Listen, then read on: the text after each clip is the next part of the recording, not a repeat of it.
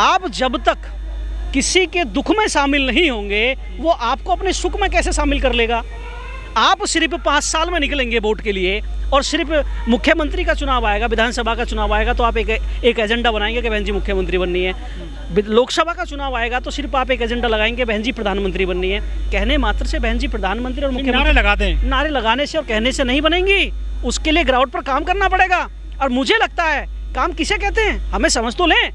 आप जब किसी के साथ कोई एट्रोसिटी होती है, किसी की भी ज़मीन पर कब्जा होता है, किसी की बहन को छेड़ा जाता है, किसी की बेटी को छेड़ा जाता है, तुम नज़र नहीं आते, तुम पीड़ित परिवार के साथ खड़े नहीं हो, कैसे समाज तुम्हारे साथ लगेगा। समाज को साथ तब लगाओगे आप जब तुम समाज के साथ लगोगे। काशीराम साहब के साथ जब काशीराम साहब चलते थे तो एक सैलाब आ जाता था, क्योंकि काशीराम साहब सुख से पहले लोगों के दुख में शामिल होते थे।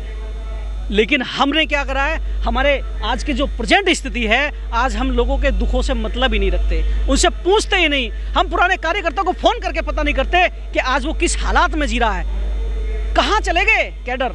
आपने कैडर वाली बात की, तो जो लोग कैडराइज थे, जो लोग कैडर देते थे, वो तो निष्क्रिय होकर घर में बैठे हैं, क्योंकि उनकी बात को सम्मान नहीं दिया जाता, उनको कोई पूछता नहीं है।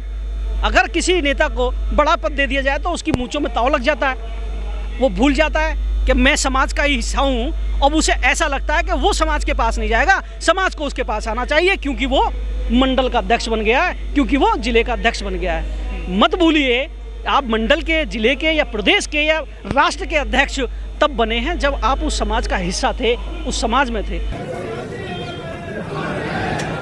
गौतम जी, आज कांसीराम जी की जयंती है, कांसीराम जी का कारवां कहाँ तक पहुँचा है आपकी नज़र में? काशीराम साहब की जयंती है। सबसे पहले तो मैं पूरे देशवासियों को क्रांतिकारी जय भीम करता हूं और काशीराम साहब की जयंती पर सभी को हार्दिक मंगल कामनाएं देता हूं कि आप आज के दिन प्रेरणा लें और काशीराम साहब की जीवनी को जरूर पढ़ें, उनके संघर्ष को जरूर पढ़ें। जो मिशन चला रहे थे कांसीराम जी, क्या वो चल रहा है आज? नहीं, मुझे बड़ा दुख इस बात का है कि वो मिशन नहीं है। आज सिर्फ मंचों पर सिमट कर रह गया है वो मिशन, और सिर्फ शब्दों में सिमट कर रह गया वो सब मिशन। आज अगर उस मूवमेंट को जिस तरीके से बारीकियां लेकर चले थे काशीराम साहब, उन्होंने मोहल्ले की कमेटियों से लेकर, बूथ कमेटी से लेकर और जातीय समीकरण की जो राजनीति शुरू की थी, आज वो हमारे संगठनों में नज़र नहीं आती। लेकिन आप अगर पॉजिटिव तरीके से चीज़ों को देखेंगे, निष्पक्ष होकर देखेंगे, तो वो भारतीय जनता पार्टी के संगठन में जरूर नजर आती है। काशीराम साहब को हमने छोड़ दिया, लेकिन हमारे विरोधियों ने काशीराम साहब को अपना लिया। आज हमें भारतीय जनता पार्टी में काशीराम साहब वाला पैटर्न नजर आता है, लेकिन हमारे संगठनों में हमें वो पैटर्न नजर नहीं आता। कुछ लोग कहते हैं कि जो कांसीराम जी ने कारवां चलाया था, जो कैडर चलाते थे, वो बीएसपी में नहीं चल रहे हैं आजकल। हाँ, ये बिल्कुल। कैडर दरअसल में एक ऐसा शब्द है कि वो कहने मात्र की चीज़ें नहीं है, उसके लिए बहुत मैच्योर व्यक्ति चाहिए। मैंने देखा कि आज एक परंपरा सी चली है समाज के अंदर कि हम किसी से बात करें, भैया कहाँ हो, मैं कैडर में हूँ। हर कोई कैडर डाटा डोल रहा है, जिसे खुद को नहीं पता कैडर क्या होता है, वो भी कैडर को लोगों को देता डोल रहा है। मेरे पास जो चीज़ नहीं है मैं कैसे दे सकता हूँ? अगर मेरे पास नहीं है और मैं वो चीज़ देना चाहता हूँ समाज को, तो मुझे लगता है कि पहले मुझे वो चीज़ प्राप्त करनी होगी, पहले मुझे वो तैयारी करनी होगी, उसके बाद मैं तैयार होऊंगा। तैयार होने के बाद अगर मैं समाज में जाऊंगा तो अच्छा समाज तैयार कर सकूंगा। करीब 2012 से लगातार हारती जा रही है बीएसपी देश में, प्रदेश में। इसकी मुख्य वजह क्या क्या मानते हैं आप? देखिए, बीएसपी के बारे में बता दूं मैं, एक बड़ी समस्या है यहाँ पर। हमने अपने मंचों पर क्या करा है कि हमने दूसरे लोगों को पूरा सम्मान दिया है, लेकिन हमें दूसरे लोगों ने अपने मंचों पर आमंत्रित ही नहीं किया। हमने सबको साथ लेकर चलने की स्थिति बनाई और हम लेकर चले। जब बीएसपी की सरकार थी तो सभी जाति और सभी कम्युनिटी के अंदर मंत्री बनाए बहन जी ने, एमएलसी बनाए, राज्यसभा बनाए, और पूरी तरीके से सारे दरवाजे खोल दिए सबके लिए। और पूरा का समूचा समाज, किसी भी एक समाज को अछूता नहीं छोड़ा, सभी को बराबर सम्मान, बिल्कुल पूरी व्यवस्थाएं लागू की।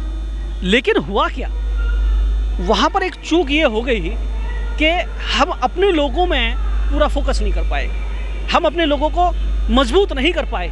आर्थिक स्थिति में मुलायम सिंह यादव जी थे, उन्होंने पूर्वी क्षेत्र में आज पश्चिम उत्तर प्रदेश में देख ले, जितना भी वो मिलेगा आपको सिक्योरिटी गार्ड मिलेगा, वो सब पूर्वी क्षेत्र का मिलेगा, ज़्यादातर यदुवंशी मिलेगा। क्यों मिलेगा?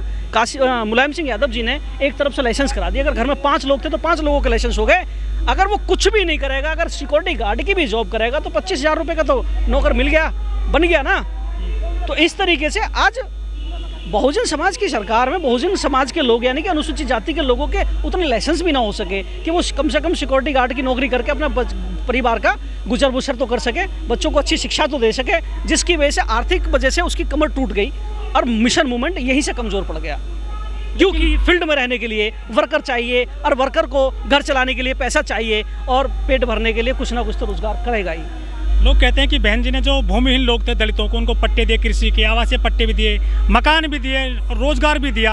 आप ऐसे कैसे सवाल निशान लगा सकते हैं बहन जी की सरकार को? मैं कहता हूं, मैंने मना नहीं किया। बहन जी ने पट्टे दिए, बिल्कुल सच कहा। बहन जी ने मकान दिए, बिल्कुल सच कहा। मैं इन बात कॉलेज दिए, यूनिवर्सिटी दिए, अस्पताल दिए। मैं आपको एक चीज़ बताता हूँ, ये काम सरकार का है और सरकार में बहन जी ने किया, उनके लिए बहन जी धन्यवाद की पात्र हैं। और सरकार के काम में और संगठन के काम में बड़ा फ़र्क होता है। मैं इस बात को कहता हूँ और हर जगह इस बात को कहता हूँ।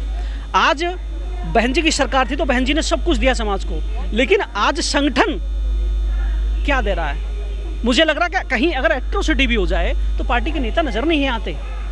बात समझ रहे हैं आप? फील्ड में नहीं जा रहे नेता, बिल्कुल नहीं नज़र आ रहे। अगर किसी के साथ कोई भी दिक्कत हो जाए, नेता लगते नहीं उसके साथ। अगर आप उस समाज से कट जाएंगे तो आपके हालात वैसे हो जाएंगे कि एक कहावत है छोटी सी कि एक राजा के दरबार में रानी नहाते समय अपनी हीरे की अंगूठी उतार के रख दी और एक चूहा आया, उसने उस अंगूठी को सटक लिया। तो सारे चूहे तो मेजोरिटी में बैठे थे शाम को और वो चूहा अलग था, अंगूठी खा ली उसने हीरे की। तो जब उसका ढूंढेड़ मचा ना कि अंगूठी कहाँ गायब हो गई, तो सबने हिसाब लगाया, भाई रानी की अंगूठी कहाँ चली गई हीरे की। तो सबने देखा, भाई देखो जरा, कैसा तो नहीं है कि चूहे ले गए हों। तो सारे चूहे आराम से, जिन्होंने कोई मतलब ही नहीं था उस अंगूठी से, तो वो तो इकट्ठे थे, एक साथ खेल कूद रहे थे। लेकिन जिसने अंगूठी खाई हुई थी वो अलग बैठा था। तो आप हीरे खाए हुए चूहे ना बने, आप मेजोरिटी के साथ रहें, समाज के साथ रहें। लेकिन आजकल जो राजनीति हो रही है धर्म और उसकी जाति की, क्या काट है बीएसपी के पास? वो तो मंदिर बना रहे हैं, वो तो हिंदू राष्ट्र की बात करते हैं, बीएसपी इन मुद्दों पे बात ही नहीं करती कभी। मुझे ऐसा लगता है कि बाबा साहब ने लास्ट टाइम 1956 में 14 अक्टूबर को जब बौद्ध धर्म को ग्रहण किया था, तो उनका एक ये संदेश था। क्योंकि आप बाबा साहब के वॉल्यूम पढ़ेंगे, वॉल्यूम 9 पढ़ेंगे, तो उसमें बहुत सारी चीज़ों का खुलासा है। लास्ट में जब जाएंगे आप, तो उन्होंने कई सारी चीज़ों के खुलासे किए हैं और आप देखेंगे पूरी दुनिया के अंदर तो धर्म सत्ता पर काबिज होने का एक बहुत सरल जरिया है। समझ रहे हैं आप? आपने कैडर के वेश पर सत्ता पाई 4 बार, लेकिन आप अगर उस समय रहते हुए अगर बौद्ध रीति पर काम कर लेते, अगर लोगों को बौद्ध की तरफ ले जाते, बाबा साहब ने क्यों अपनाया? आप अगर एक बड़ी धारा को 85% बोलते हैं, आप उस 85% में से अगर 50% लोगों को भी आपने बौद्ध बना लिया तो आपको सत्ता में से दूर करने वाला कोई नहीं है। आप समझ रहे हैं? लेकिन आप इस पर काम ही नहीं कर रहे हैं। बहन जी ने कह दिया कि मैं बौद्ध बन जाऊंगी, लेकिन बनी नहीं है। आप समझ रहे हैं? दूसरे लोग भी अपने आप को हिंदू होने से परहेज करते हैं, लेकिन वो हिंदू ही हैं, हिंदू व्यवस्था से बाहर नहीं निकले। मैं भी उसी व्यवस्था का हिस्सा हूँ। इस व्यवस्था को अगर कोट कर सकते हैं आप, इसका मुकाबला कर सकते हैं, तो इसके सामने दूसरी व्यवस्था खड़ी करनी पड़ेगी और वो व्यवस्था आपके पास है जिस पे आप काम ही नहीं कर रहे हैं। हालांकि मैं धर्म पर बोलना नहीं चाहता, लेकिन फिर भी अगर आपको धर्म की राजनीति का काट करना है तो धर्म से ही तो करना पड़ेगा। और तुम्हारे पास बहुत अच्छा धर्म है जिसको पूरी दुनिया सर्वश्रेष्ठ धर्म का पुरस्कार देती है, बौद्ध। तो पहले बहन जी बुद्धिज्म को अपनाएं। बिल्कुल, देख लें आप, जिस तरीके से एक विधायक पर हमारी पार्टी सिमट गई है। अगर बहन जी आज बौद्ध बन जाएं तो मैं चाहता हूं, जानता हूं, आप मैं लिख के दे सकता हूं कि बहन जी अगले चुनाव में अगर 200+ विधायक न लेके आए तो मेरी गर्दन काट देना।